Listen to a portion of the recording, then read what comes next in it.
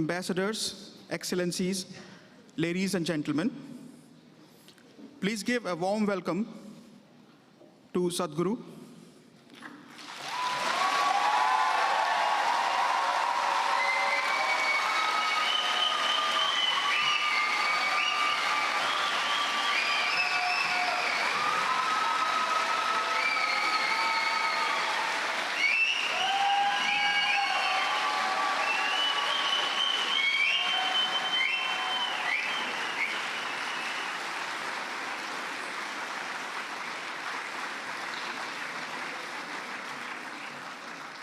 Assistant Director General for Social and Human Sciences, Ms. Gabriela Ramos.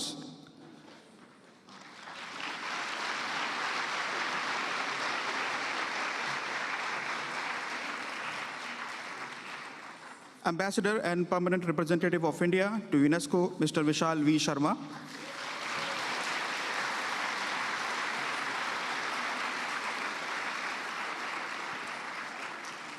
And UNESCO Artist for Peace, Ms. Gila Clara Jesus.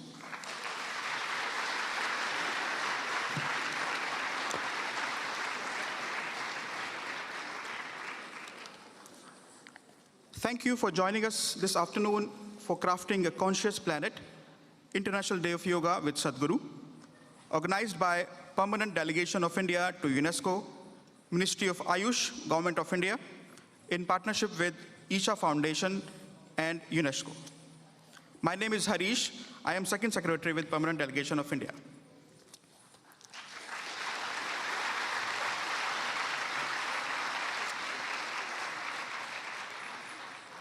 We will begin this special event with a performance by Project Samskriti. Envisioned by Sadhguru, Project Samskriti offers Indian classical arts, including music, dance, and Kalaripayattu, an ancient martial art form. These intricate arts have been employed for thousands of years as spiritual processes. The artists with us today have invested their lives in these arts from the age of 7, not as a hobby, but as a way of life. Let us watch a short video about this dance. Project Samskriti is an endeavor to nurture and impart India's classical arts. Designed by Sadhguru, it offers programs to learn powerful chants, music, Bharatnatyam and Kalaripayattu, an ancient martial art form conducted by the rigorously trained students and alumni of Isha Samskriti.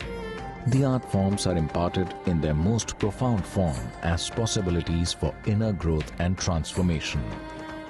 Project Samskriti is not today's idea, it's been in incubation for nearly 25 years. So this is an effort not to save the art form alone, but to bring up humanity to a higher level of existence within themselves.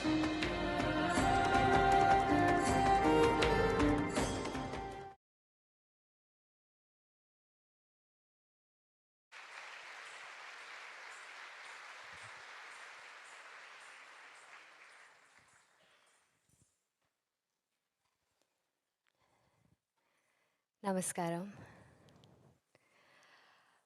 From absolute emptiness, matter exploded with a roar. Twisting, turning, and hurtling through space to find balance as spinning planets and burning stars. In the same way, life burst into existence in every shape and every form, evolving in search of that same balance. Twisting, turning, hurtling through many lifetimes. Our colorful personas, our colorful imaginations, and our colorful expressions. If only we found resonance with that roar of creation, we would realize that we are all the same black emptiness. As part of this production, we have a song in Hindi towards the end, and I'd like to quickly translate it for those of you who may not speak the language. we say that the lightning bolt of color splashes the lightning bolt of Indra splashes color on this earth. Red, the color of sunrise and sunset. Red, the color of my blush. Blue, the color of the ocean and the sky. Blue, the color of my separation from you. Golden, the sun, and golden every sun ray. Golden every single moment with you.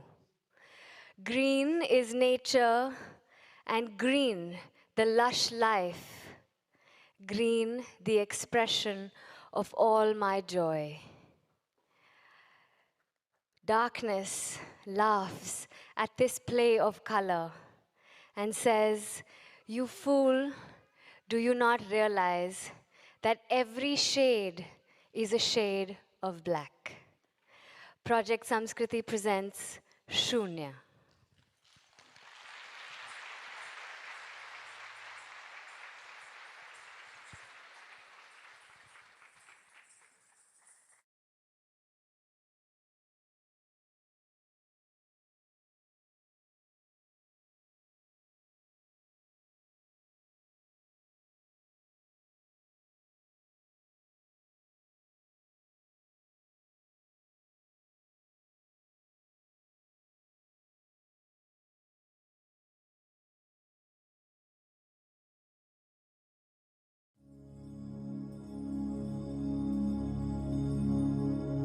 Namami Shamishana Nirvana Rupam Vibham Vyapakam Brahma Veda Swarupam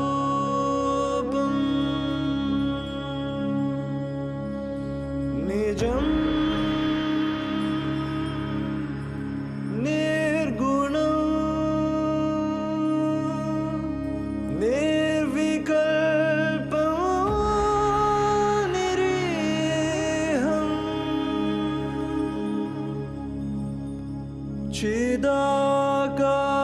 Chidakasha Makasha Vasam Bhajeham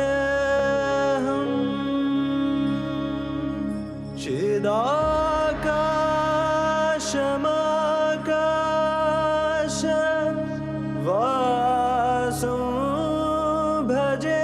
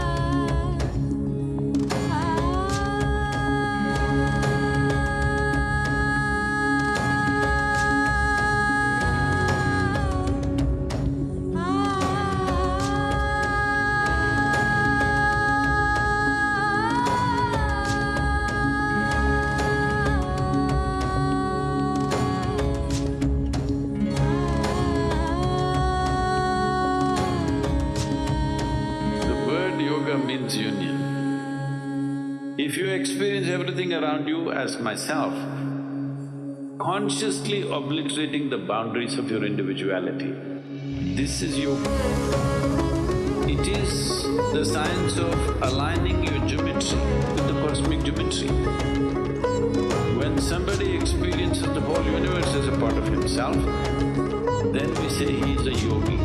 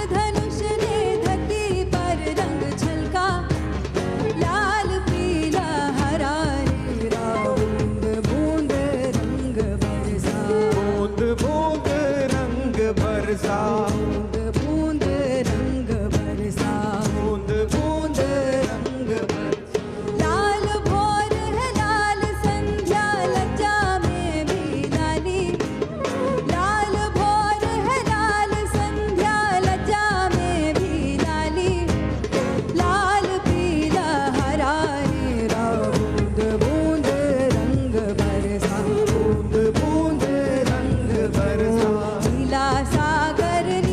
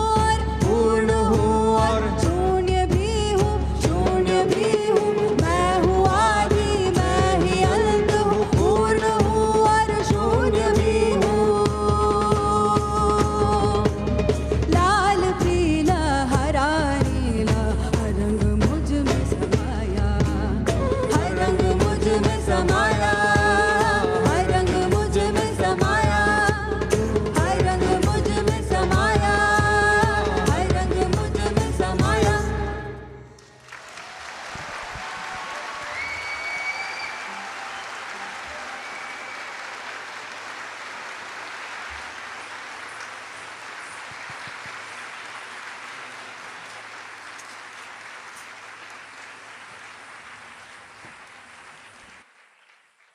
Ladies and gentlemen, that was a riveting performance.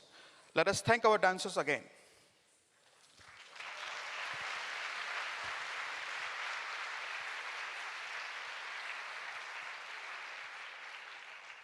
Moving on, it is my honor to invite Assistant Director General of UNESCO for Social and Human Sciences, Ms. Gabriela Ramos, to deliver her inaugural remarks. Excellency, please.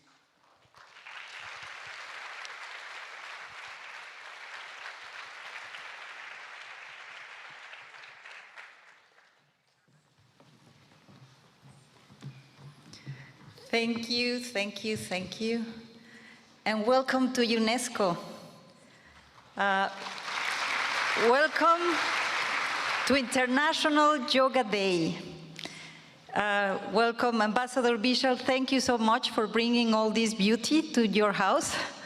Sadhguru Ji, so nice to have you here. And of course, our dear Artist for Peace, Julia Clara Jesus. Last year, I was in India celebrating the International Yoga Day. And I could not believe my eyes because I was invited to go to practice yoga, and we all practice yoga. You're here because you do that. And then I got into this stadium with thousands and thousands of people. And I never thought that that could be surpassed by any other event. And here we are. I think it's 3 times more impressive to have you all these packed and to have the Sadhguru with us to celebrate International Yoga Day.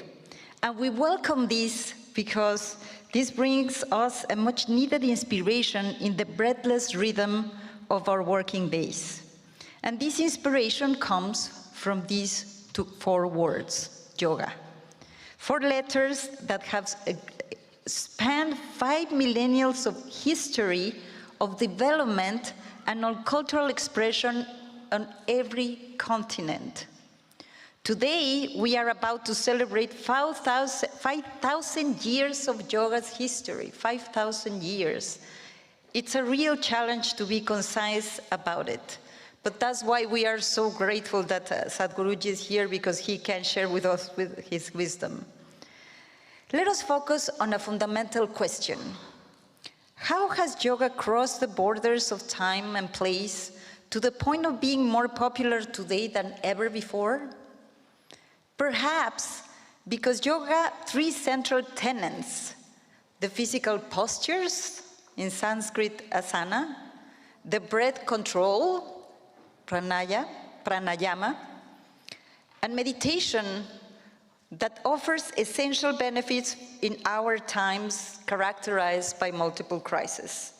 And it's in the House of UNESCO where we look for this inner peace to then connect with each other in a world of a very close humanity, that this is really welcome. In terms of physical and mental health, had been severely impacted and tested across the world since the pandemic and since the multiple crises that I have just mentioned. Yoga has enabled millions of people to continue their physical activity from home, and has also played a major role in the mental health of all of us, helping us to find an inner balance. And actually I have members of my teams that started doing yoga because of the COVID, and this helped them navigate through the very complex waters. That is not trivial. Even before the pandemic, nearly 1 billion people suffer from an identifiable mental disorder, 82% of them in low and middle income countries. And studies show that yoga is linked to a 25% reduction of depression systems. We should recommend yoga instead of going to many doctors. And this is why UNESCO, in line with its mandate, is seeking to spread the practice of yoga and all of sports, everyone, through the Fit for Life initiative and the mandate that we have on sports. And it's not the first time this month that we put yoga in the spotlight on an international day. I have mentioned how many times we have been celebrating this over the years. For UNESCO, yoga also embodies a true ethos, a philosophy of life with the Yama, universal morality, the principles of living in society, and the Niyamas, the 5 personal guidelines of hygiene, contentment, discipline, introspection, and spirituality. The word yoga itself resonates deeply with UNESCO's values. In Sanskrit, it evokes the idea of interconnection and union. Union of body and mind, of self and other, union between individuals, nations, and cultures. It's for all these reasons that the United Nations decided in 2014 to celebrate yoga every 21st of June. And it's also why UNESCO member states decided to inscribe yoga in the representative list of the intangible cultural heritage in 2016, a list that brings together the skills, practices, traditions, and arts that unite humanity. Yoga has joined other traditions and practices from India that carry this same message of union between communities, a message of sharing and generosity, such as the traditions of the Vedic chanting and Sanskrit theater, or the festival of Nowruz, the Persian New Year, a tradition that India shares with 13 other countries. And we just witnessed the beauty of dancers. This just brings the humanity in just one glimpse, and it's amazing. So we celebrate yoga and its philosophy. The openness to others and it instills in us must extend beyond humanity to the living world as a whole, to rethink also our relationship with the environment and biodiversity. Because if there is a core of all this wisdom, is the consciousness of where we are, who we are, with whom we are, and what is the context that welcomes us in the world. And this is UNESCO's major mission too. It is also part of our ethical and political imperative that what will be introduced by our guest that we are honored to welcome today, as I said, Sadhguru, who is joining us. Yes, let's welcome him.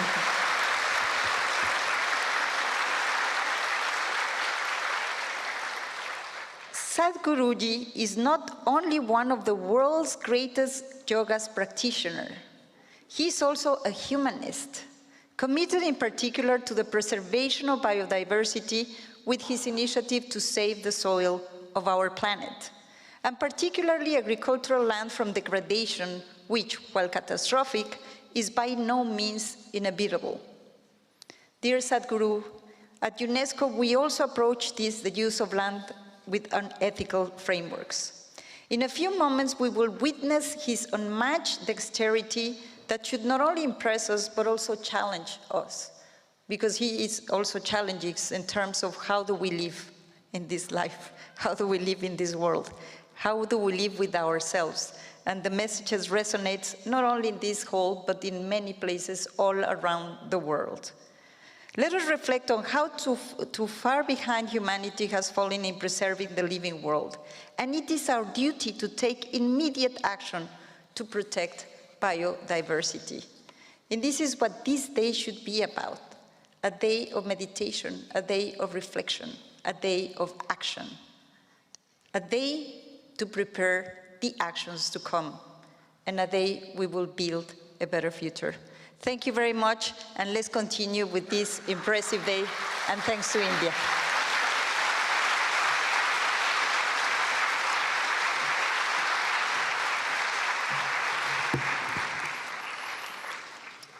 Thank you very much, Excellency Madam ADG.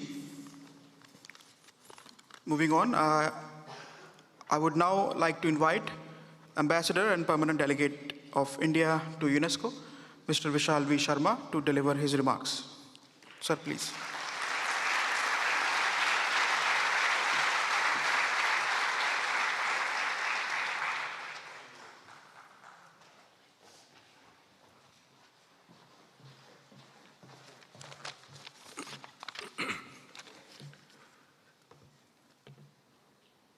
Very respected Sadhguru, Namaskaram. Madam ADG Gabriela Ramos, Madam ADG Stefania Giannini, and also ADG Pax who joined us for the yoga session earlier. Excellencies, colleagues, Ms. Gila Kesu, UNESCO Goodwill Ambassador, followers and fans of Sadhguru from all over the world, Namaskaram to you all. Honorable Prime Minister Narendra Modi formed a special ministry to promote well-being. This ministry was called Ayush, A-Y-U-S-H, that you find there. Ayush stands for, A stands for Ayurveda, Y for Yoga, U for Unani, S for Siddh, and H for Homeopathy, and more. I thank the Ministry of Ayush and its Secretary, Mr. Rajesh Kotecha, for their vision and support for this event. I thank the team at Isha Foundation. I thank the wonderful team at UNESCO for their excellent coordination. I thank Sadhguru's able associate, Mr. Shastri, for his follow-ups. I would also like to thank my wife, Pooja, who's present among us, for having suggested to invite Sadhguru to UNESCO. It seemed impossible at that time. But when I contacted Madame DG Audrey Azoulay and her team, she immediately gave her approval and we got on the job with the culture sector and ADG Culture, Mr. Othone. Lastly, but most importantly, I thank my team at the Permanent Delegation of India to UNESCO for having coordinated this event in the middle of people getting transferred and offices being moved. To those who say that a posting in Paris is leisure, let me say, please get posted to UNESCO and then you will realize the quantity of work. We have a DG and ADGs who have succeeded in getting the letter from the US to rejoin UNESCO by their non-stop working and determination. The DG and the ADGs do not rest, their teams do not rest, and the permanent delegations do not rest. With one event after another, the constant flow of information, the non-stop emails, UNESCO is all about action. And that is why it is important that we practice yoga. To recharge our batteries, reduce stress, feel each breath and experience the moment. Prime Minister Modi quoted a verse from the ancient Sanskrit text, the Bhagavad Gita, Yogaha Karmasu Kaushalam, translated as, yoga is skill in action. Whatever you do, do it with all your heart and soul. This is the essence of Nishkam Karma, or selfless action in yoga. Recognizing the significance of this ancient practice of yoga, the United Nations at its 69th plenary meeting on 11th of December 2014 through Resolution 69 by 131 declared 21st June as the International Day of Yoga. Let me remind you, it is the day of the summer solstice in the Northern Hemisphere, which is the longest day here, and correspondingly, it is the winter solstice in the Southern Hemisphere, where it is the shortest day there. This harmonic alliance between the summer and winter solstices, which give rise to the seasons, is akin to the alliance with the incoming and outgoing breath that keeps us alive. Among the great influencers of contemporary yoga, Sadhguru stands tall. He has dedicated his life to spreading the essence of yoga and inner well-being to millions. I remember an anecdote I shared with Madame ADG Ramos about the mystery of Quetzalcoatl and Tezcatlipoca. The great Aztec king Quetzalcoatl was taught by Tezcatlipoca to go inwards to find the truth, which was inner engineering. Sadhguru's efforts at promoting yoga as a tool for self-transformation have touched lives around the globe. Through his teachings, programs, and initiatives, Sadhguru has ignited a spark in the hearts of many. And this spark that Sadhguru has ignited is becoming a forest fire. It is encouraging them to become explorers of their inner self and seek a harmonious existence with the world. Sadhguru is also the initiator of Save the Soil movement, a global movement to increase the organic content of the earth so that she can keep producing nutrients for billions of her children. He is also an avid motorbike rider who has traveled 30,000 kilometers on his motorbike, which is more than 2.5 times the diameter of planet Earth. Today, when I see any yoga session, I see that the women outnumber the men. Globally, women have embraced this ancient science of yoga and its philosophy. Curiously, the one who safeguards wisdom has been depicted as feminine in ancient cultures. Whether it was Athena, the protector of the Acropolis and Athens for the ancient Greeks, or Ishtar for the ancient Arabs, or Isis for the ancient Egyptians, or Saraswati and Lakshmi for the Indians, energy or Shakti has strangely been depicted as the feminine divine. So it is to the women of the world that we look up to. The practice of yoga unites humanity and promotes harmony and peace. After a yoga session, when you sit down in quiet isolation and close your eyes, you get to hear the most mysterious of voices, for it is the voice of silence. Welcome to the amazing inner world, and from the lap of India, we bring you Sadhguru, the master of inner engineering and the benefits of yoga for everyone. Thank you and namaste.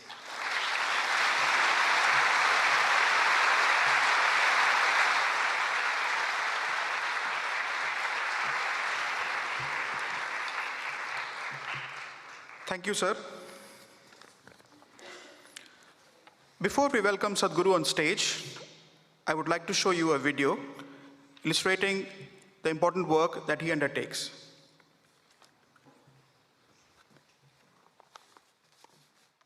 In the next half hour, you're going to meet a man who has a devoted following across India and indeed around the world. While yoga and meditation are at the core of his teachings to promote individual growth, the work of the foundation covers conservation, education and health.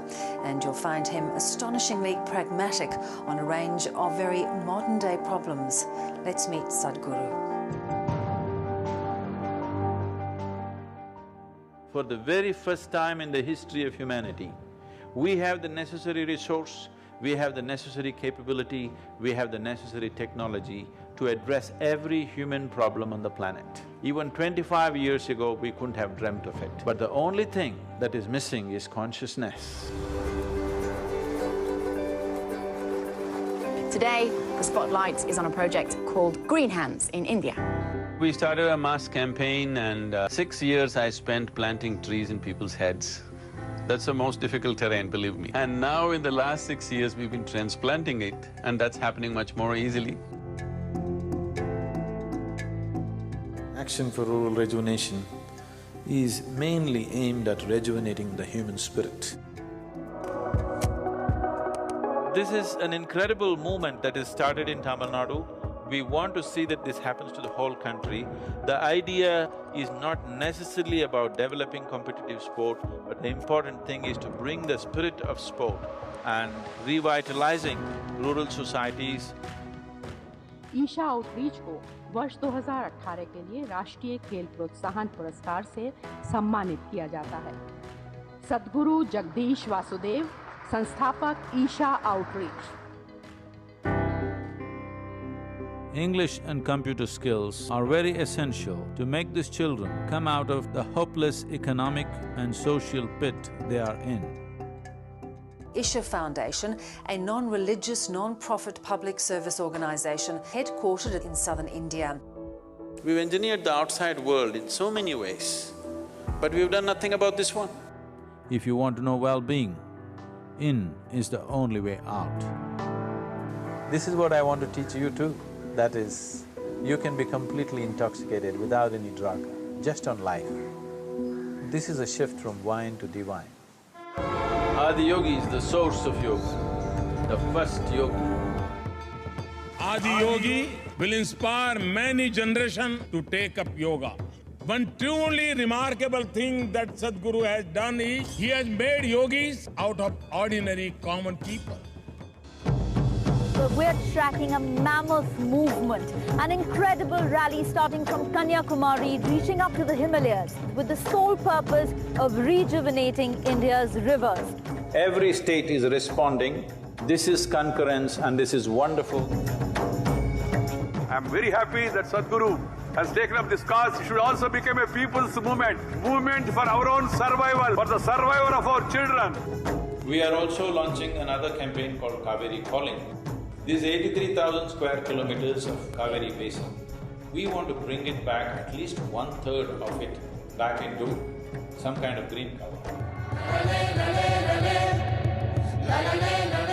The whole purpose of this movement is to bring this home, that when you walk up on the soil, you know it is the source of your life. Keeping it alive is the most important thing. Will you make it happen?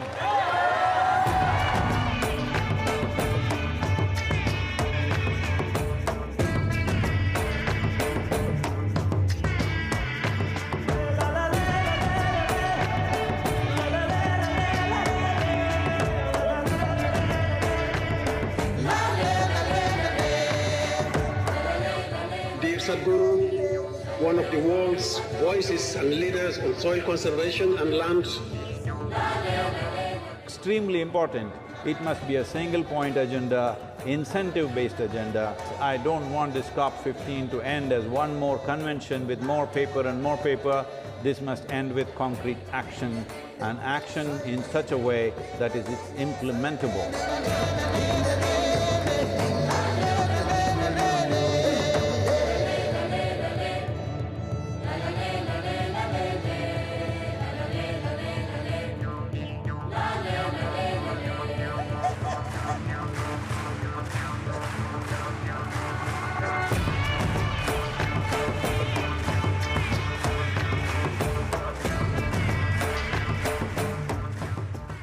If you have to describe yourself in one word, Would you consider wildlife as 2 words or 1 word? yes.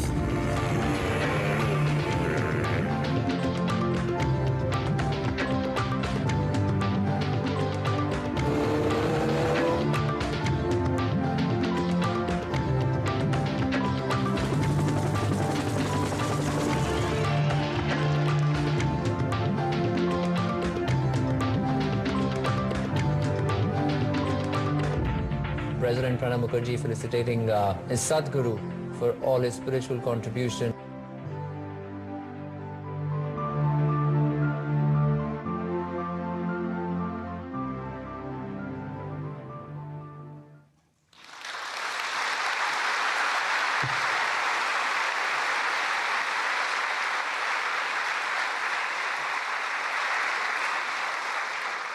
That was truly inspiring. I would now like to invite Sadhguru and the UNESCO Artist for Peace, Ms. Gila Clara Jesus, to take the stage.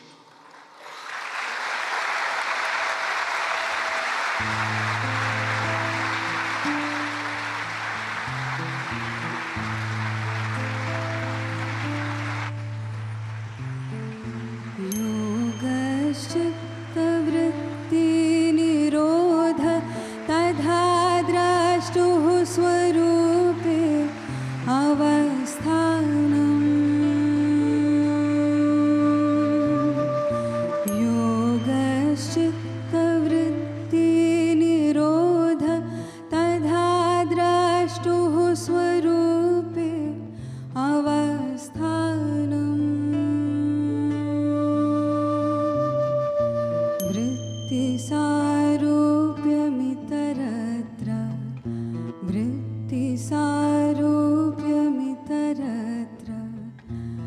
शक्तिसारूप्यमितरत्र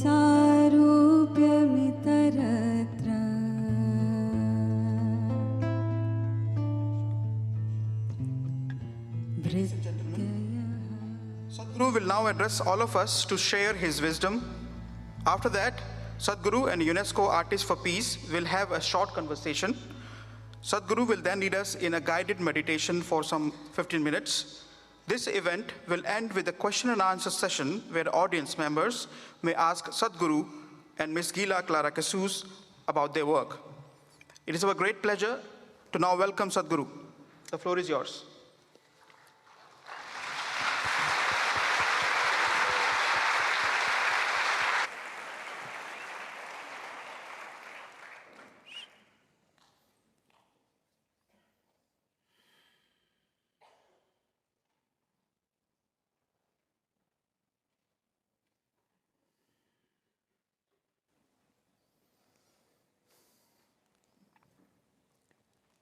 Jananam sukadham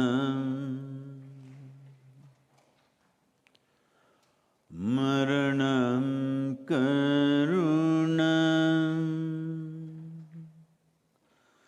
milanam maduram smaranam karunam Kalavashadiha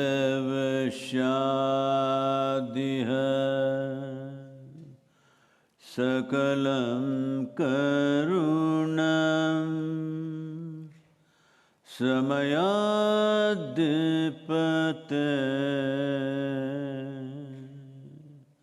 Akilam Karunam.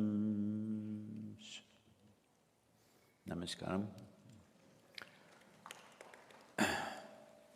This 9th International Day of Yoga, which is a very wise acknowledgement of a science, a practice, a culture, which is over 15 millennia old, probably the only human activity beyond things that we do for survival to last for 15,000 years. So what is yoga? My congratulations and gratitude for all the people who work in UNESCO, ma'am, and yourself, Vishal, and every one of you. What is yoga?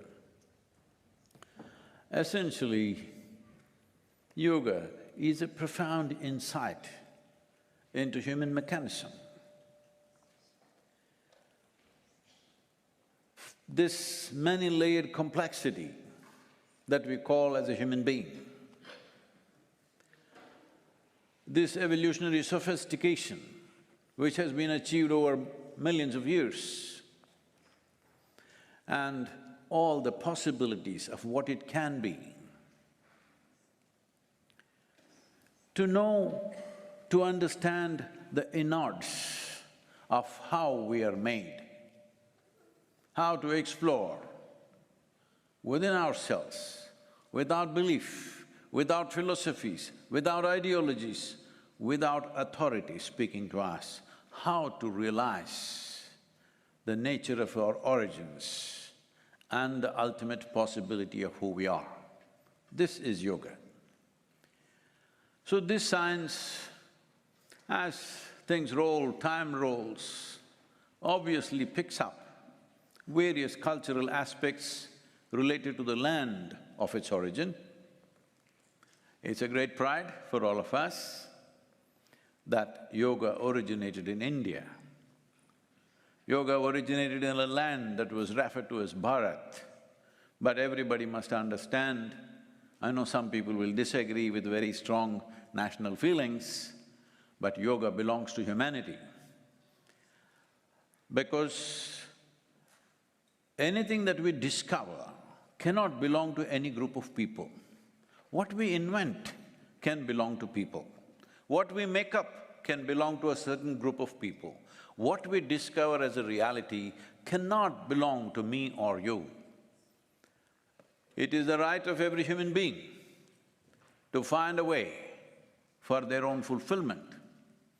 Generally, through the ages, we've been trying to address human well-being, human struggles, and human longing to expand and become better, which is always at work. Through belief systems, through ideologies, through philosophies, by doing freaky things and crazy things, and chemicals like alcohol, drugs, some prescribed, some in the back street. But essentially, all these are efforts to find solutions for human fulfillment. That a human being not only wants to be healthy and well, a human being constantly longing to expand. When I say longing to expand, it doesn't matter who you are right now. You want to be something more, there's no question about that. If that something more happens today, in 3 days you will want to be something more. You will see, even if you become the king or queen of this planet, there's no such possibility, but I'm just saying, even if you become the queen or king of this planet, you will look at the moon, you will look at the planetary system, you look at the galaxies. If I make you the king of one galaxy, you will look at the other galaxies, because there is something within you which is longing to become limitless. Something within you which always wants to expand beyond its boundaries.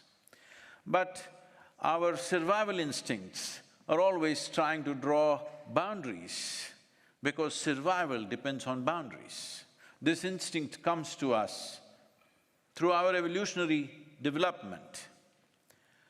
And we are trying to draw boundaries on one level. When we successfully draw a boundary, we feel suffocated and then we want to expand the boundary. This is the human struggle. What yoga brings into one's life is this, that it clearly, experientially defines to you which aspect of you needs boundaries, which aspect of you does not need boundaries, which aspect of you wants to be contained, which aspect of you wants to expand limitlessly, not as a philosophy, not as a teaching, not as some authority speaking, but from your own inner experience. The mechanics of this, the technologies of this is what is referred to yoga. Unfortunately, a very dumbed-down version of yoga came to the West, nothing wrong with it, it's a good beginning, that if you're doing yoga, you must look like a leftover noodle. That is being yoga.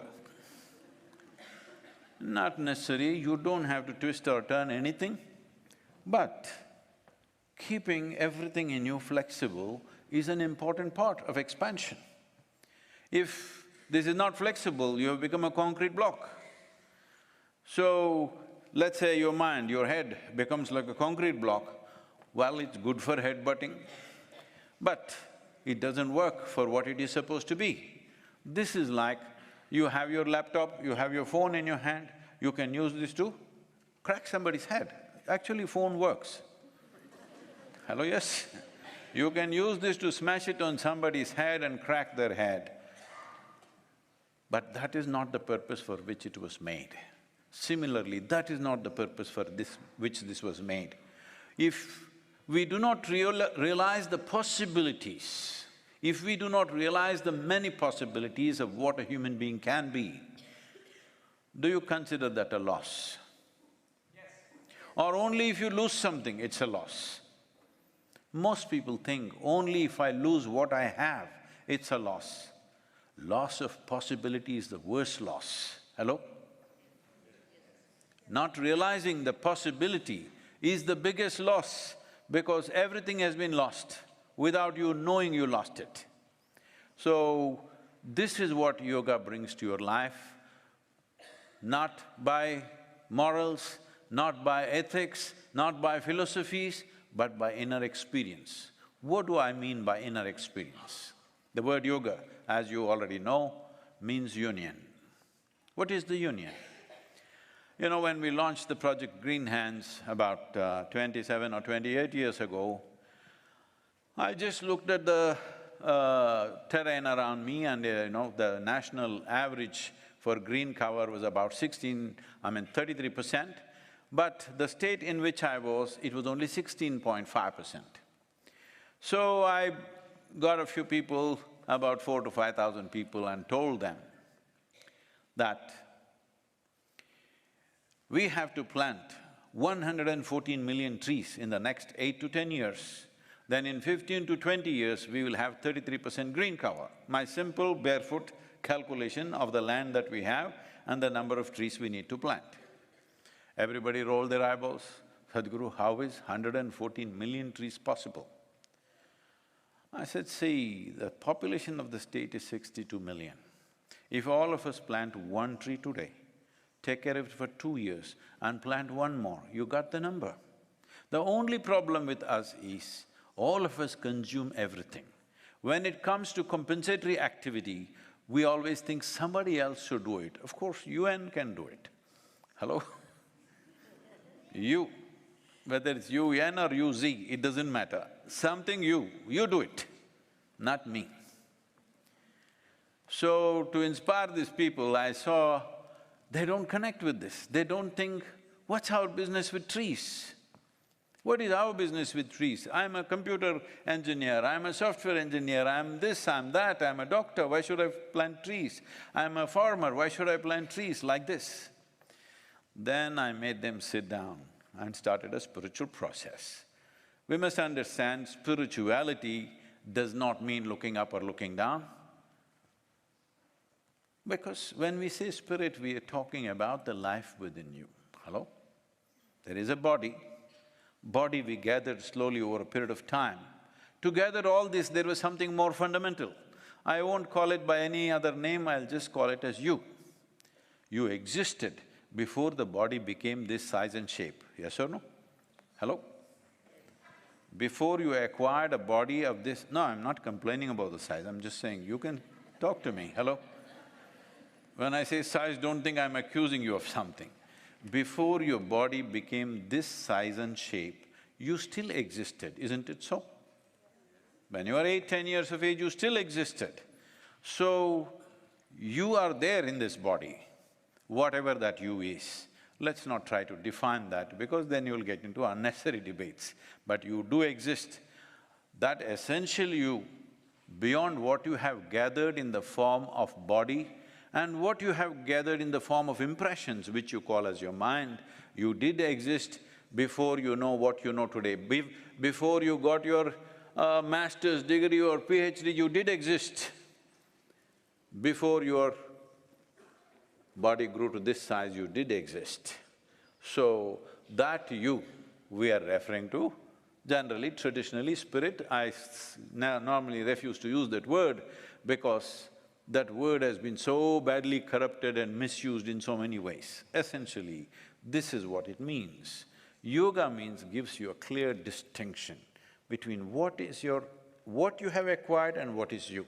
What is your body, what is the framework of your mind and who you are.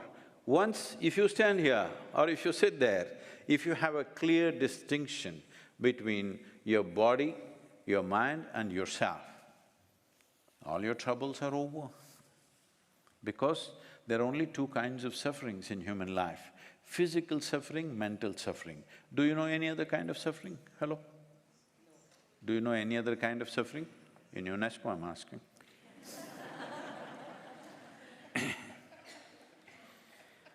Because Vishal was complaining.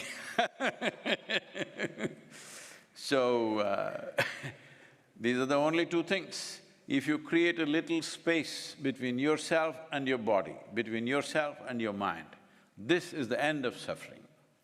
What this means is, you come to a place where there is no fear of suffering anymore, because whatever happens with you and your life, you will not suffer. If you had this assurance, would you explore your life with much more vigor, with much more possibilities? Yes or no? You definitely would.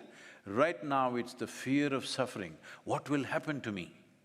If this doesn't work, what will happen to me? If that works, what will happen to me? Somebody turns against me, what will happen to me? Nothing will happen.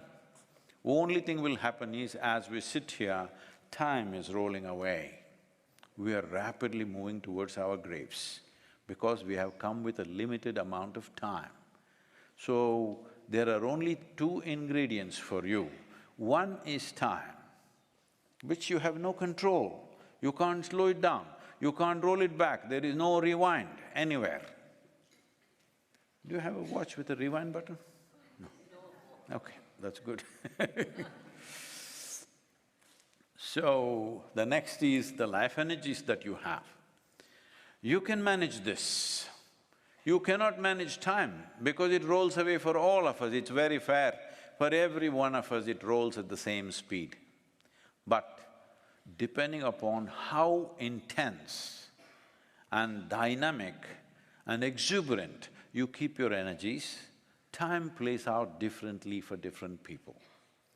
If your energies are at a certain level of exuberance, what somebody does in 10 hours, if you can do it in 1 hour, then if you live for 100 years and that person lives for 100 years, you lived for 1,000 years. In terms of a human experience, it multiplies. But at the same time, let me tell you the downside of it.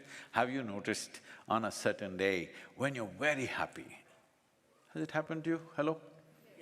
On a certain day, you are very, very happy about whatever.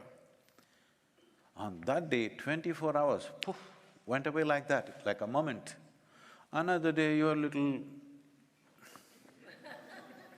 little depressed. On that day, 24 hours feels like 10,000 years. Yes or no? So time is a very relative experience. So only miserable people can have a long life. If you're joyful, 100 years, boof, it'll be gone. So this is the process of yoga where you keep your energies at a certain level of exuberance. If this life is exuberant, then everything else falls into place, your health, well-being, your ability to do things in the world, your survival process, everything. Above all, there is no fear of suffering. That is the most important thing. So, there are many, many ways to define and describe yoga, but essentially it's about union. When I say union, as I was telling you about this project Green Hands, when I said this many trees, they said, this is impossible. Then I made them sit down and breathe. No, they were all breathing even before, but it's not so important, so they didn't notice it. Hello? Is breath very important? But you're not noticing it, you're not doing it consciously. So when I made them breathe in a certain way and made them experience, see what you're exhaling, the trees are inhaling. What the trees are exhaling, you're inhaling. They sat like this. Now you can't stop them from planting trees. Now I raise the I raise the target to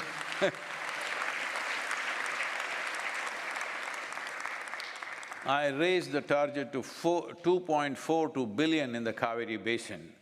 Now they're working hard to make it happen. Every year, this year they're planting about 24 million trees because this is all going into farmland where it will survive. Our survival rate is over 93% because replacements are happening immediately in case it goes away. It is not being planted on public land, it is going into private land where these trees will grow as wealth for the farmer. So, the fundamental thing is this, as you breathe, one half of your lungs is hanging out there. Suppose you saw half of your lungs hanging out there, do I have to tell you, please don't cut the tree? Hello? Do you need teaching, I'm asking? No. Anything that you see as a part of myself, with that there is no conflict. This is not just about respiration. Every cell in your body, every subatomic particle in your body is constantly in communication with the entire cosmos. If you sit here and you can experience everything as yourself, the whole universe as yourself, then we say you're in yoga. Not because you twisted yourself, you're in yoga. You sit here, you have consciously obliterated the boundaries of your individuality. You're trying to do it in so many ways. If you do it in a basic physical way, this is called a sexuality. What is not you, you're trying to make it a part of yourself. Well, it looks like it works for a few moments, after that you know. If you attempt it emotionally, this is called a love affair, love. There are moments when you feel two people are one, but then you know. If you attempt mentally, this is called as ambition, conquest, desire, or simply shopping. If you approach it consciously, this is called yoga. This is yoga. This must happen to the world because as human beings, we are empowered like never before. No human generation ever in the history of humanity was as empowered as we are, both in terms of creating positive possibilities and destructive possibilities. We are far more empowered than any generation ever. When this kind of empowerment has come to us, it becomes extremely, extremely important that our thought, our emotion, our action is all a conscious process. If it happens instinctively, it happens compulsively, we are asking for a disaster. And we have been unfolding disasters after disaster. We can call it war, we can call it climate, we can call it this and that, but we are unfolding more and more disasters because we are… with this level of intelligence, with this level of competence, this level of empowerment, we're still functioning in an instinctive, compulsive manner. This is what the purpose of yoga is, so that human activity, both internal and external, becomes a conscious process. Let's make a conscious planet happen, let's make it happen.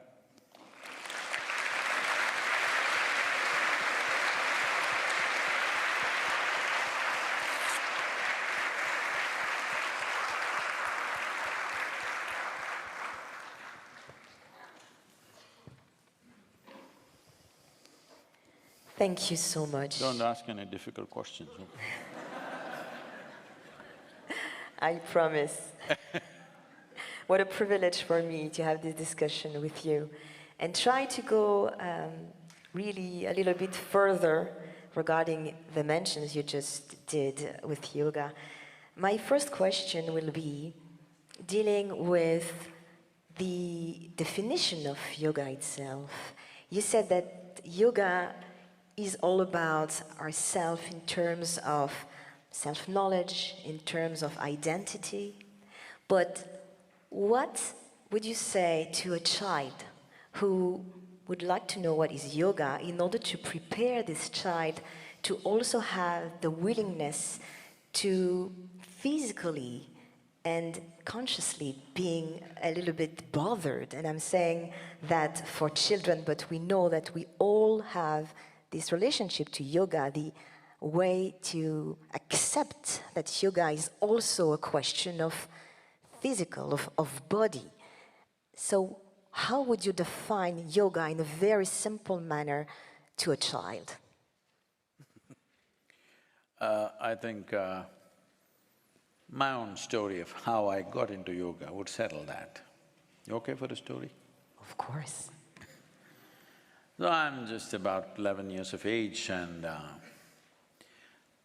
every summer we go for a vacation in my, traditional home of my grandfather, which is a large home, and we are about 36 cousin brothers and sisters. We all gather from various towns only during that time for about 30 to 40 days. So it's one rollicking situation, everybody's out of control. So for the young boys, one of the sport is, there's a well in the backyard, which is just about 8 feet in width and 150 feet in depth. Summers, mostly it is about 60, 70 feet down, the water. One of the sport is to jump into the well. You must jump straight down, otherwise your brains will become a smear on the wall. And for coming up, there is any footholds or ladder or anything, just holding the rocks you have to come out. So literally your entire weight is on a few centimeters of your tips of your fingers, and you'll be bleeding when you come up. The nails will be bleeding because of the pressure. So we like to do it, I'm pretty good at it. One day we are all preparing to do this. A man, an old man, I refuse to call him old anymore considering my own age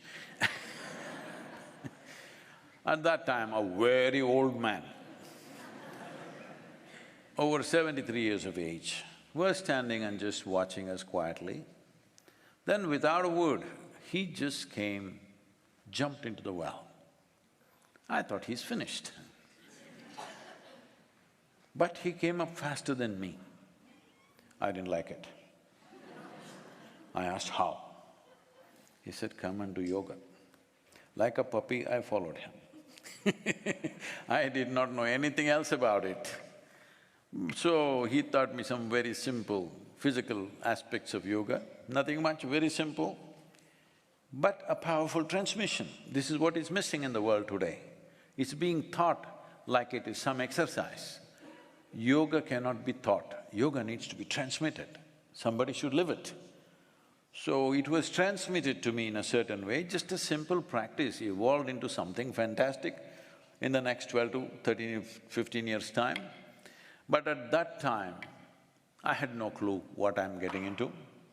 And within a few years, significant results in terms of my physical prowess and my intellectual capabilities, that was good enough for me, I was not looking for anything else. But this was a surprise bonus that other things happened. So for a child, we just say, this is a powerful way of empowering yourself to whatever you wish to do in your life, whatever.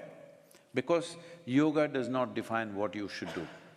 Do whatever the hell you want to do it well. Beautiful, so this notion of empowerment is very important in yoga. My second question will be linked to what you said about unity, that is really a core of yoga. You mentioned that our way to be better connected is trying to unite spiritual and material, trying also to unite our own self to the other. Can you tell us concretely, and we can feel it here, you know, in this room, we can feel an amazing unity thanks to your magical presence. How can yoga could help us to be more connected?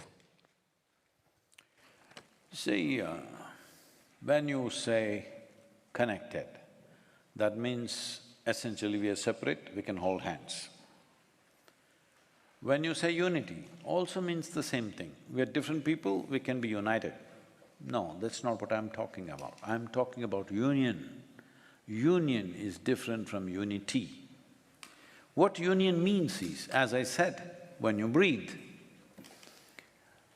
it's not about you caring for the tree, it's a part of you. Today, modern science has brought this in different languages, so let me speak that language. Today they're telling you over 60% of your body are microbial life. So you have more microbes than your parentage within you. So it's not that you have to connect with them, you're happening because of everything else. Because of every other life happening the way it is happening, you're also happening. So you are not an independent entity in any sense. This very body that you carry is part of the soil that you walk upon, but we are far away from it. So you don't have to unite with the soil, you don't have to connect with the soil, anyway you're connected. But you can realize it either now or when they bury us. This choice we have, when this realization come to us. So we are not talking about unity, we are not talking about, okay, all of us should be together. No, whether we like it or not, we are happening here as one big phenomena of life. If we realize that, if we experience that, not intellectual realization, if you experience this, if you experience everybody in this hall as a part of yourself, like you're experiencing the 5 fingers of your hand as yourself, if you experience all these people as yourself, after that, you don't need any teaching of thou shalt not do this or that. Hello? You would not need any teaching. These teachings are efforts to connect people, to unite people, but there is still no inner experience. With all the teachings, see what we are doing. Hello? With all the teachings, see what we are doing in the world. Simply because there is no inner experience and there is no substitute for inner experience. Any amount of teaching, any amount of philosophy, any amount of ideologies, when your life is threatened, all those things will fall off. The only thing that stands with you is what is the nature of your experience at that moment. So, yoga is not about unity or connecting with people, it is realizing the nature of existence. The nature of existence is already in union. Nothing here happens independently, everything is connected. Today we think, if I say soil, people say, Sadhguru, where did you study ecology? Say, I've been crawling on this planet for last 65 years and I know what the hell happens here. I'm like a worm. I'm not an ecologist, I'm not a scientist, I'm a worm who crawled for 6.5 decades on this planet. What happens to the soil is happening to me, I can clearly see this. It's happening to everybody, but they don't see it. They're waiting for something bigger to happen to them. So yoga is really making us realizing the interconnection, the interdependency of each, is that correct? The oneness of everything. See, I'm refusing to use the word connect, because if we connect, you and me are separate, and we connect. Say, I will die many years ahead of you, you will die at the age of 100 or more, but let's say they chose to bury you next to me. Doesn't matter what's your gender, doesn't matter what's your nationality, race or religion. Will you merge with that soil as I merged, or will you not? Or will you stick out? I'm asking. You will merge, right? Now what is the problem, I'm asking? Now what is the problem? Even now we can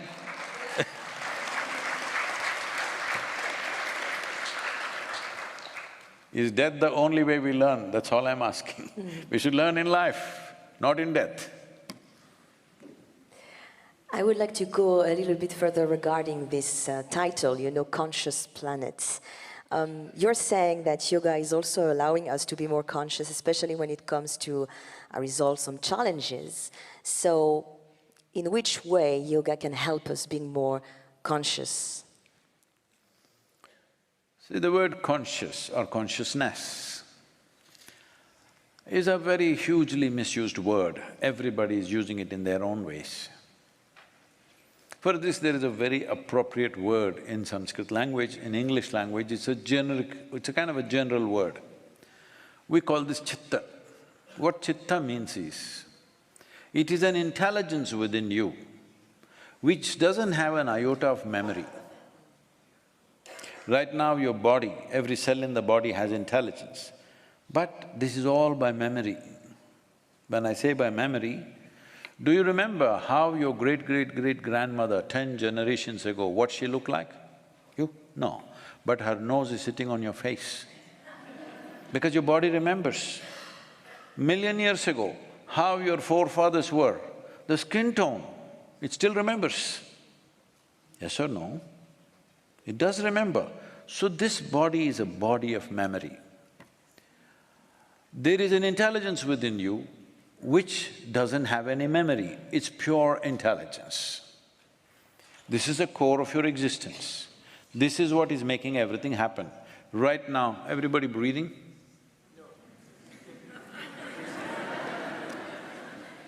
Better No, be. that's a good admission. So, you're not doing your breath, it's happening. You're not beating your heart, it's happening. You're not working your liver, it's working. You're not doing your kidney or spleen or something, it's all happening. So I'm saying there is an intelligence beyond your silly intellect. I'm very consciously calling it silly because we'll come to that if we have the time.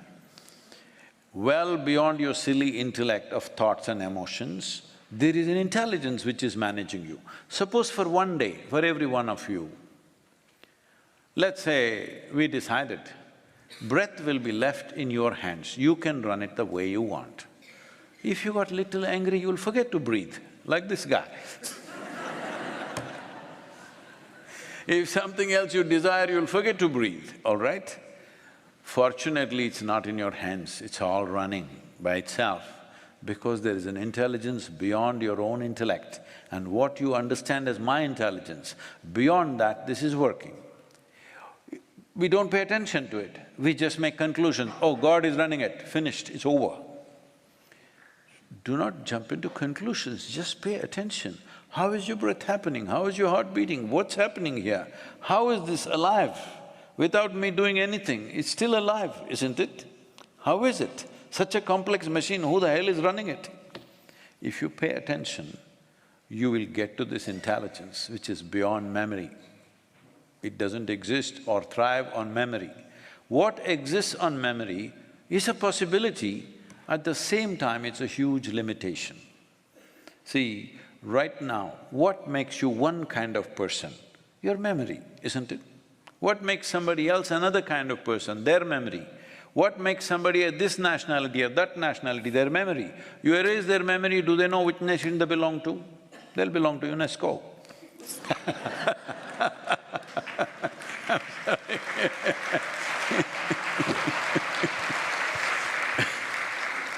So, what happens by memory is significant for our survival, because memory is an accumulation of experience.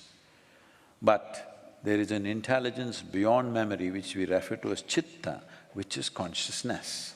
To awaken this intelligence, to find access to this intelligence is the fundamental purpose of yoga.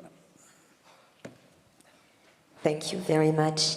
I'd like to come back also to the importance of the international recognition of yoga. As you know, the practice of yoga has been inscribed in the list of intangible cultural heritage since 2016 under UNESCO 203 Convention for the safeguarding of the intangible cultural heritage. I'd like to change that a little bit, I'm just saying on the in lighter vein, it's a very tangible heritage. That's very a tangible heritage. That's true. So the name of the convention maybe should be renamed. So it's going to be a very important year because we are coming to the 20th year of this convention. And I would like to know, dear Sadhguru, if you had any message you would like to give to those who are fighting to advocate the importance of yoga as living heritage of humanity. One important thing is, most important thing in the world is, yoga should not… people must understand it's not just some simplistic exercise that you can do. If all you're looking for a little bit of physical fitness, just go swim somewhere, you have a river, you swim upstream, you will become fit. Or you go play tennis, you do something, I'm saying. It's not just about fitness. Yes, fitness is one of the consequences. The importance of yoga is to explore the limits of your individual nature, where the boundaries are, how you can obliterate it. You don't have to hold that intent. The process will just do that. As I said, when I started, all I wanted was, I wanted to become as strong as that old man. That is the only goal. I had no other goal. I didn't want to meditate, I didn't want to go anywhere, I didn't want anything bigger than that. That was the goal. It doesn't matter. This is the beauty of living in this world. If you do the right things, even for the wrong reasons, it'll work.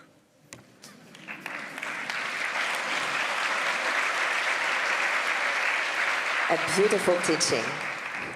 Beautiful teaching. So, any particular message you would like to give to those people? We understand that yoga, of course, is not only a question of physical exercise, or it goes deeper. So It can start with a simple physical process, because that's the easiest access.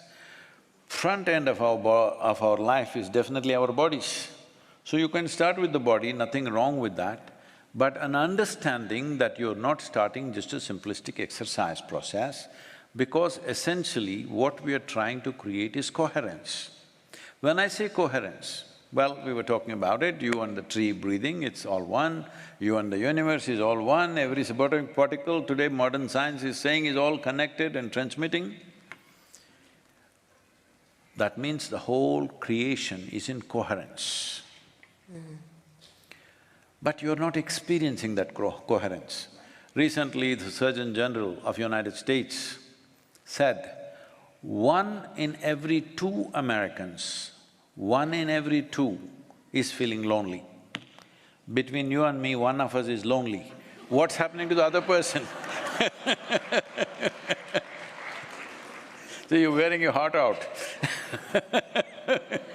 So just look at this, 1 in 2 is feeling lonely in the most affluent nation.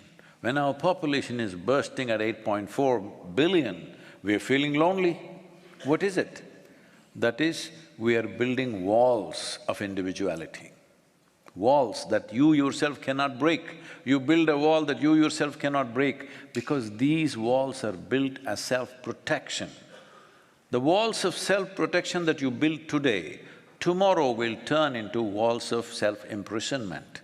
That's all that's happening to the world. Everywhere it's happening. United States happens little more dramatically because they're little ahead of everybody else in a few things. So, just imagine in a country, every second American, if they're feeling lonely, loneliness is the first step towards mental illness. You've taken one step, next will come. So, yoga means you're not lonely anymore because only you exist in the universe. Everything is you. Wherever you see, it's just you. So when you see too much of yourself, you'll close your eyes and sit.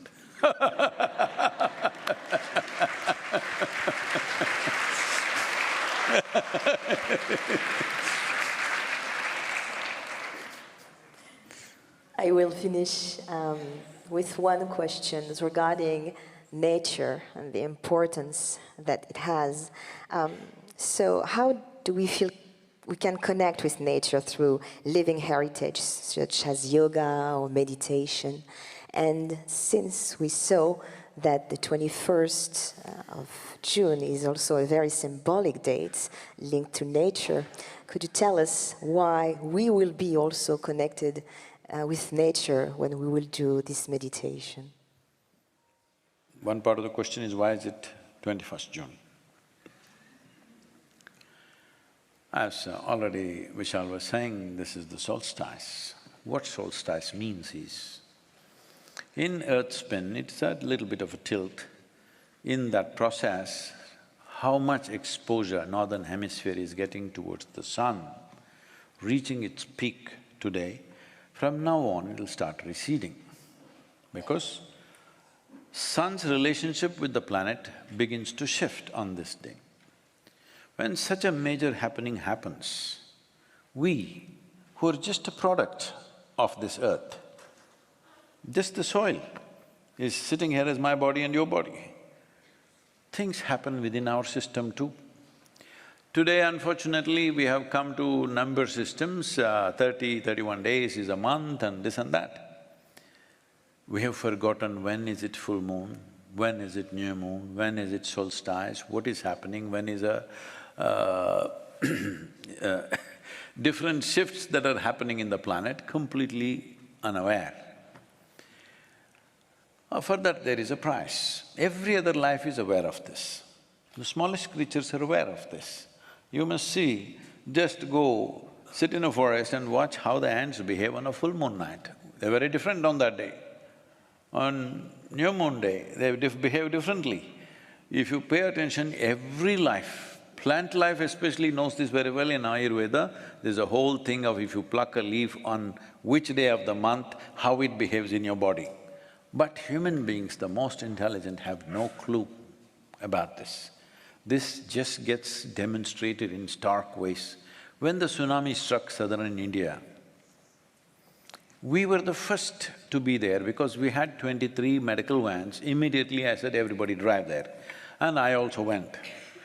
When we went there, one aspect of it is, there are so many dead bodies, people, all volunteers trying to help with all this shifting and doing things and giving vaccinations to people and all this. What I noticed was, none of the livestock was dead, except those who were tied down in the homes. No dead fish or 100-foot wave. Millions of fish should be dead. No fish dead. No animals dead, not even a donkey dead. But human beings died. Everybody knew the wave is coming. The most intelligent species on the planet had no clue. Something is missing in our lives. What is missing is, we have no attention for anything.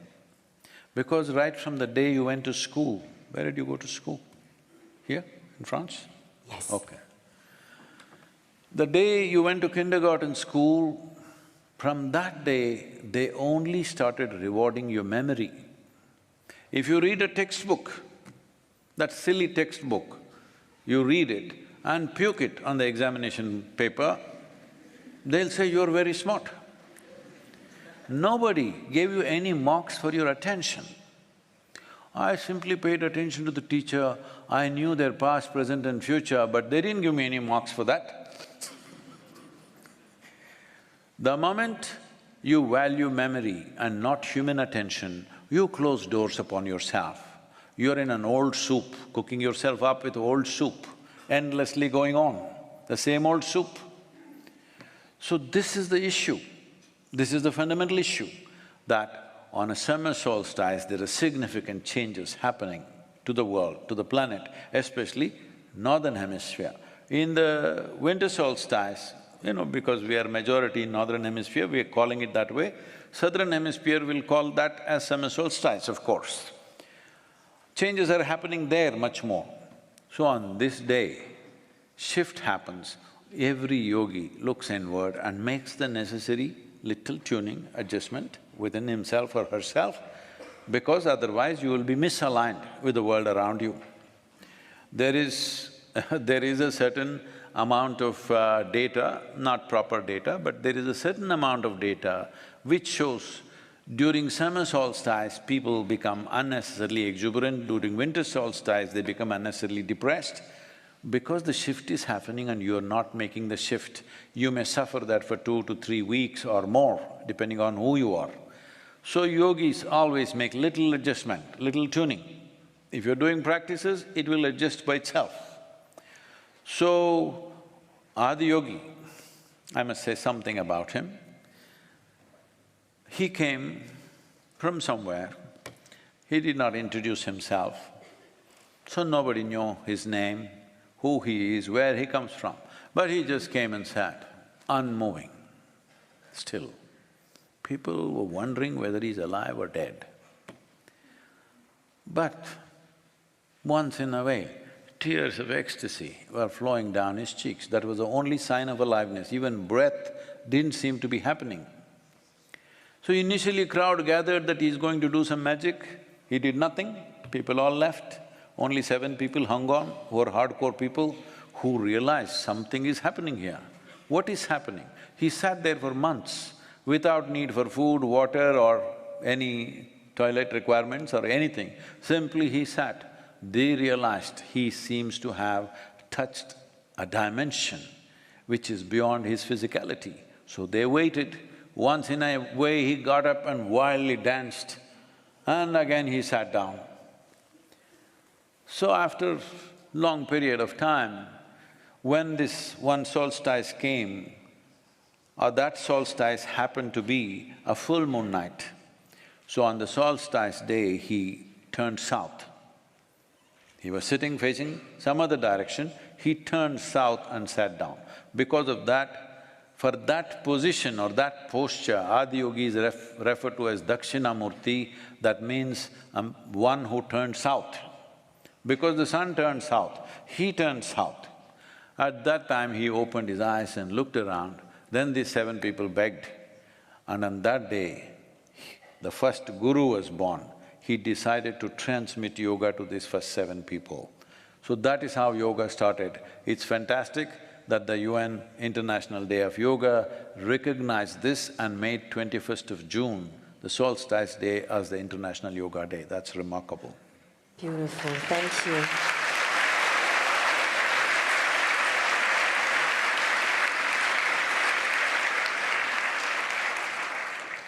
Thank you for this wisdom, Sadhguru.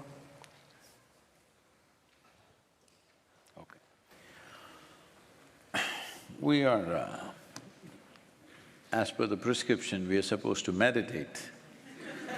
Hello? So, if it takes 12–15 minutes, is it possible that nobody moves?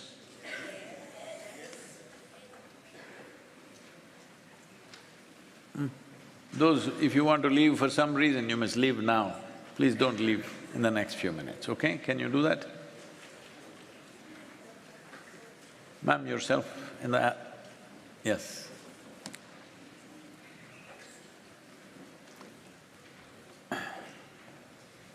You okay, is it appropriate to meditate here or we'll just answer questions?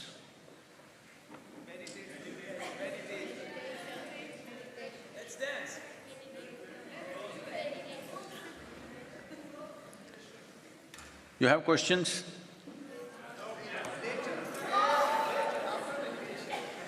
We'll do one thing. As your commitment to International Day of Yoga, there is a simple process called Isha Kriya. It's downloadable. In a guided way, you can do it for a few days, after that you can do it by yourself. It's an extremely simple but a powerful process. Millions of people across the world are practicing it right now, just with this app. It's a simple way to start. Instead of using that time here, it's called Isha Kriya, I-S-H-A, Isha Kriya. Okay, you know how Kriya is spelled. You just type it out, it'll come. You just… today, before 21st June is over, please spend 12 minutes. Initially, to understand what it is, you may take about 30 minutes of video. After that, it just takes 12 minutes. Every day you'd only practice about 12 minutes. This is more than enough to transform your life. To live peacefully, joyfully, this is good enough. You want to be something more, then more things have to be done, of course. So we will leave it at that, and if you have any questions, please.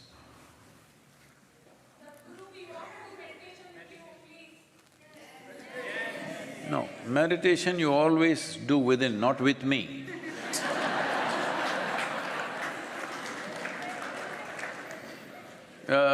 We will do a simple 5–6 minute meditation and we'll take questions after that, okay? But you… before before midnight today, you must promise me that you will do Isha Kriya because International Day of Yoga is not a day of celebrating it. It is a day of commitment. Because you remaining physically, mentally in the best possible way is the best contribution you can make to the world. You're sick, you're unwell, you're imbalanced. Does the world need it? Does your family need it? People around you need it? Hello? The greatest contribution you can make to everybody around you is, you are in a wonderful place within yourself. So as a commitment, before today ends, if you promised you will do Isha Kriya, we will do a simple process right now and move on with the questions, okay? Please sit with your hands open, phones down, eyes closed. This is a new instruction, you know. Phones down, please. I know it's an iPhone, but still it's not a part of your body.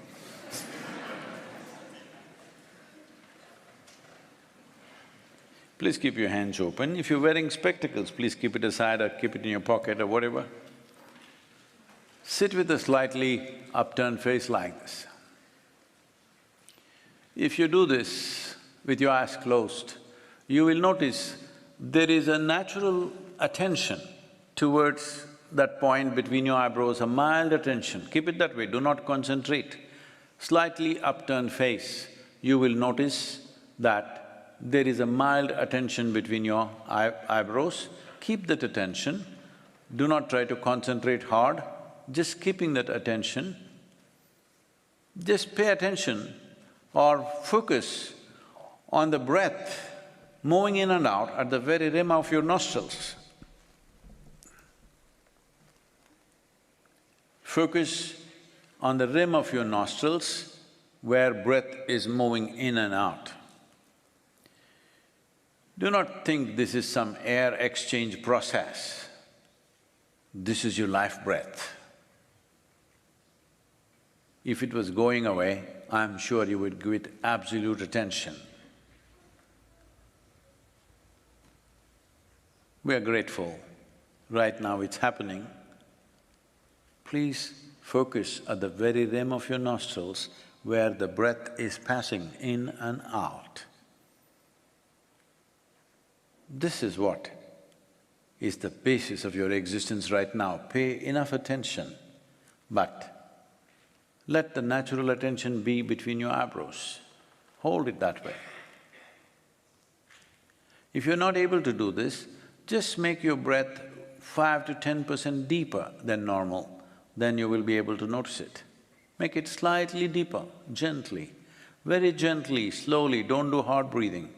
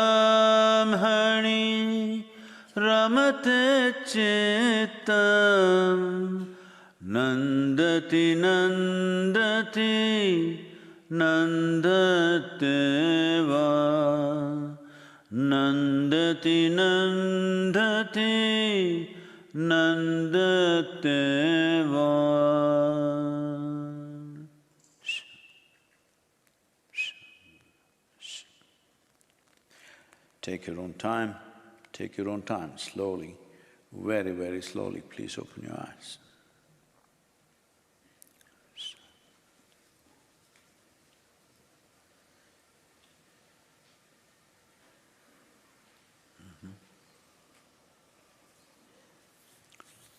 I think… yes, please. Microphone, please.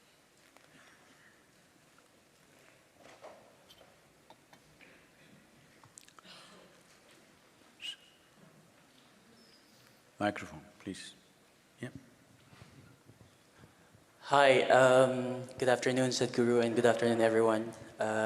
First, thank you so much for being an inspiration to millions of people from all over the world.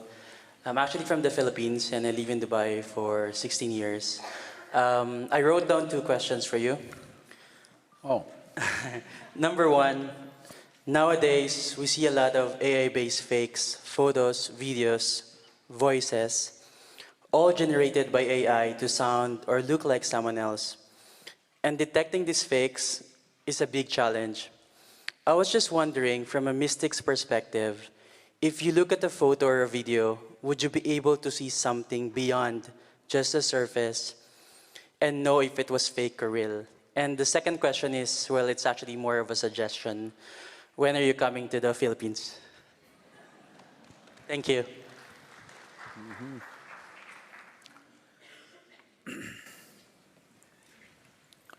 It's a very good time that what some human beings thought is silly things they were doing, but they thought they're doing something fantastic. Today, your phone can do it better than them. Hello? Because when you were in school, you know one silly idiot who could remember little more than you, acted like he's number one. What does he do in front of your phone? He didn't have the GB that it has. Somebody read 10 books and they became professors and you had to listen to their drone. Somebody else read just 1 book and they became agents of God and you had to suffer them. All this is going to go because a machine can say all these things better than any human being. Hello? Because gathering memory, analyzing it and projecting it is a very mechanical process. That's why in the beginning when I referred to the intellect, I said, you're silly intellect, because here it's worshipped, that it's the highest thing. Intellect is an extremely important process for you to survive in this world. The sharper it is, the better it is. But once you hold a sharp instrument in your hands, you must have a very conscious hand. If you're little la la la la la, intestines will come out. That's what is happening right now. Human intellect is the only thing that's destroying this world, isn't it? Either you destroy somebody or yourself. Why is it that we don't give a sharp knife to a child's hand? Not because a knife is dangerous, because the child is unconscious and he may either harm himself or somebody else.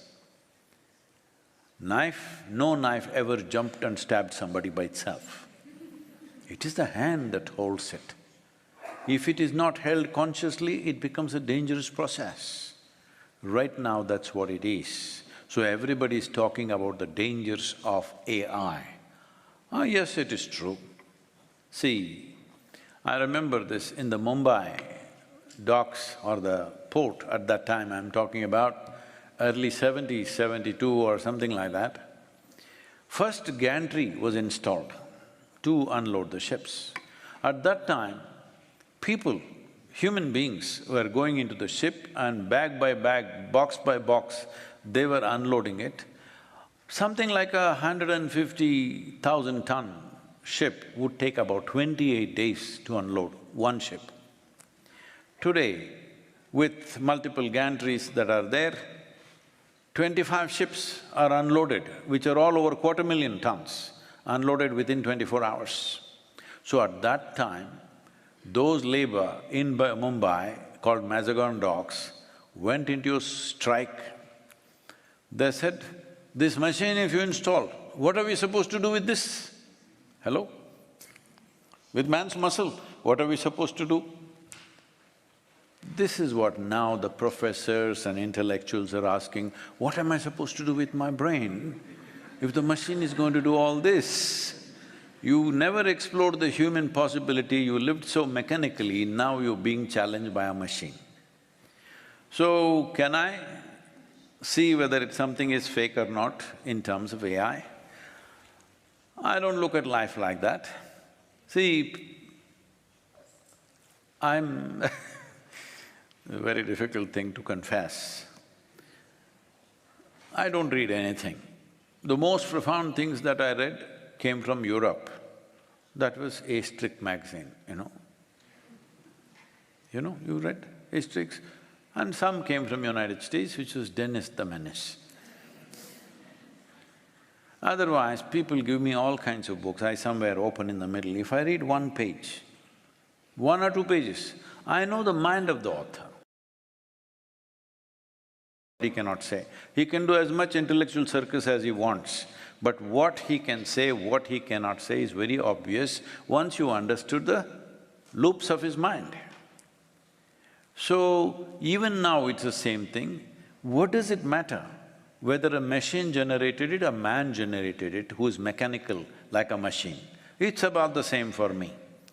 Right now you will see spiritual teachers will come in the form of AI.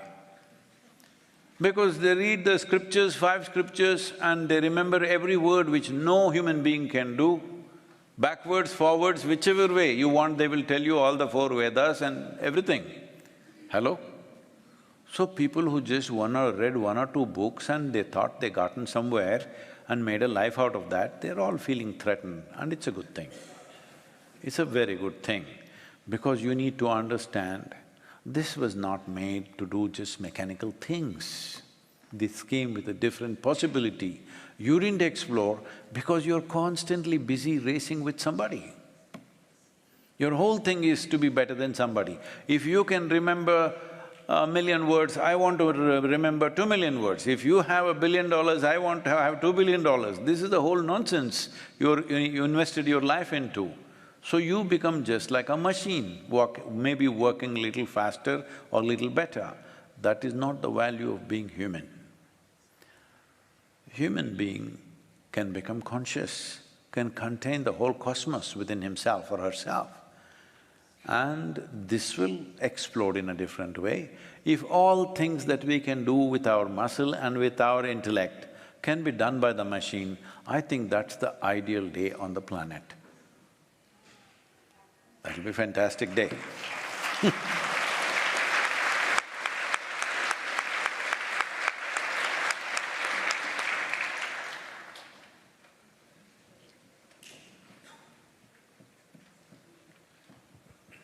About Philippines. So many islands, tell me where should I come?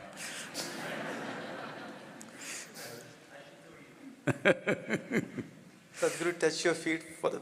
firstly. Thanks for blessing us. I'm a professor. And Oh, I'm sorry.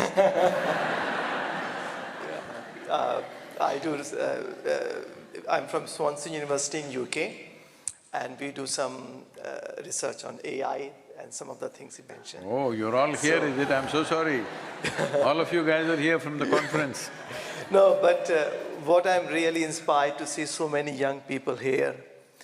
And from the university standpoint, we all look… it's terrific to see so many young minds. So my question to you, Sadhguruji, is we can look to do some amazing projects on the question you talked about, isolation, loneliness, virtual realities, may cause loneliness.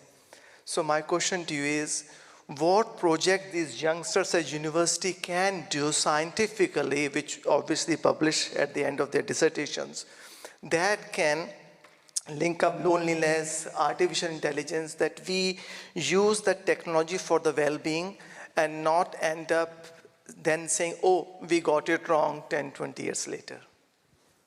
Thank you, Sadhguruji. So, Professor, I'm sorry if I said something disparaging, I'm so sorry.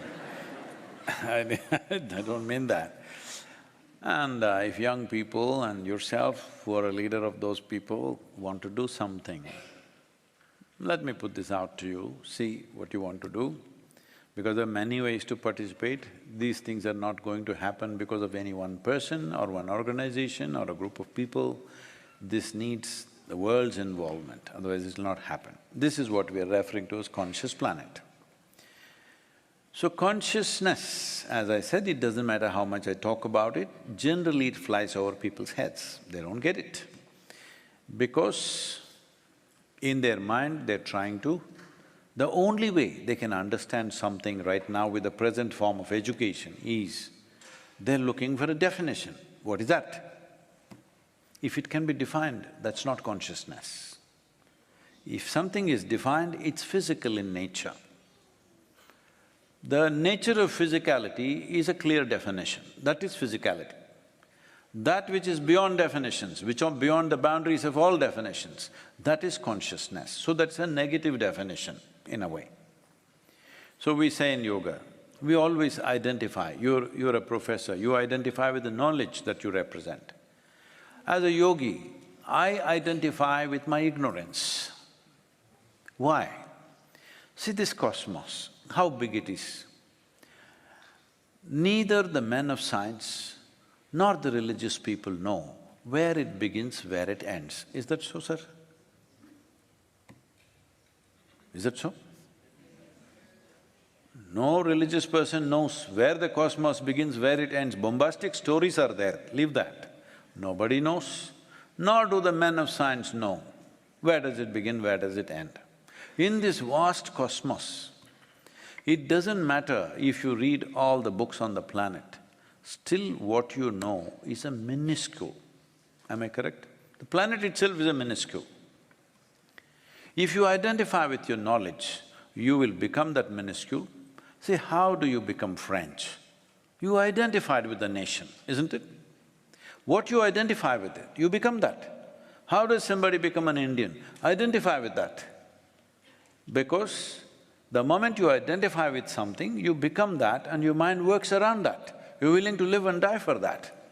So the moment you identify with the minuscule of knowledge, you will become that minuscule and rule out all possibilities.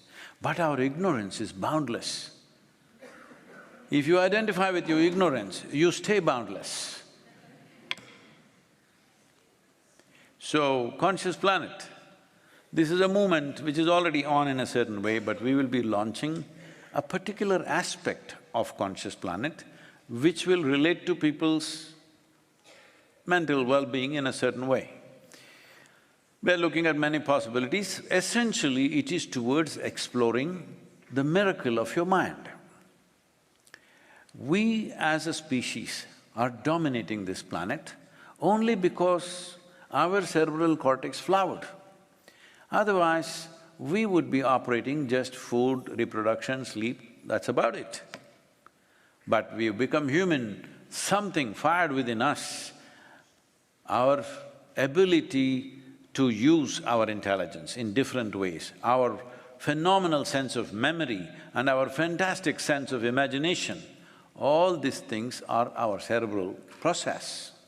That is the process that most human beings are suffering right now. They're not suffering life. See, people suffer what happened 10 years ago, now. What happened 10 years ago is not alive. You're suffering your memory, isn't it? Hello? Hello? Those who are in the upper houses? You're suffering your memory. You can suffer what may happen day after tomorrow already. What does this mean? You're suffering your imagination. Your memory and your imagination are two fantastic faculties that we have, which sets us apart from every other creature. And it took millions of years of research and development, not in a university, but on this planet, to get you this level of cerebral capability, and now you suffer this. You can call it stress, you can call it anxiety, you can call it tension, you can call it depression, you can call it by 1,000 names if you want. Essentially, your intelligence has turned against you. You don't know how to hold this sharp knife, you keep poking yourself. Hello? So if we remove half your brain, everybody will be peaceful. Yes. So essentially, the only way people can be reasonably in control is take away their possibilities. See, why do you… if somebody is a dangerous criminal, why is it, unfortunately, if there were no people, there was no city, you could leave him somewhere where he can live happily by himself. But no, because he is dangerous for others, you lock him up. This is what you're doing. locking yourself up with your own identities, with your own stuff. And at least there somebody has a key. When they wish to, they can open it. Here you've thrown away the key. This is important, that conscious does not mean you become conscious about something. Consciousness is like light, it's on. What is it showing? It'll show what is there. Oh, I became conscious that she's here, that's not the point. I am conscious. That means whatever is here is in my purview. So when you say conscious, people say, I became conscious of God, I became conscious of this, conscious of that. This is not about that. It is just to light up. If you have to light up, you need to energize yourself. This is like the voltage is right now low, it shows just… Let's say the voltage is very low, in my vision it just shows these 4 people. What do I think? In my experience, I think there are only 4 people in this hall. If it lights up a little more, then suddenly I see 20 people. If it lights up fully, then I see everybody. This is the nature of your experience. So for your consciousness to light up, you need a more intense and exuberant levels of energy. To create this, we are offering about 10 to 12 different kind of things. Everybody cannot meditate, everybody cannot do yoga. There are classical art forms, there are classical martial arts, there is music, there are variety of things. 12 to 15 minutes, that's all. We will put this on an app and it'll be ready sometime in 2024. We will make this available to the whole world. Please, you must take it up, professors and UNESCO and everybody. If you want me to give it to you and you will run the campaign yourself in the world, I will give it to you because the interest is people should benefit. If 2 to 3 billion people use this for a sustained period of time, you will find a much better mental situation in the world. We are also offering a prize. If you are below 18 years of age, if you do it for 90 days in a committed way, this will be trackable on your app, that you're doing it, it'll check the medical parameters. We have a research center in Harvard University, which is medical university, which is doing all this for us now, and it will check today, how many times in a day did you get angry? It records. How many times were you depressed? How long were you peaceful and happy? All these records. So if you do it for 90 days, if you're below 18 years of age, we'll give you a reward. If you're over 18 years of age, if you do it for 180 days, you will get a reward. If you're over 30 years of age, if you do it for 360 days, you will get a reward. What I'm saying is, if you keep yourself well, we will reward you because the quality of this damn world depends upon you.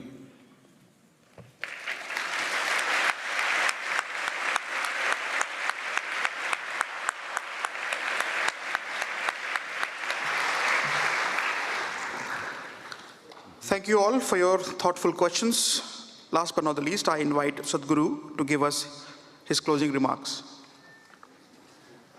Oh.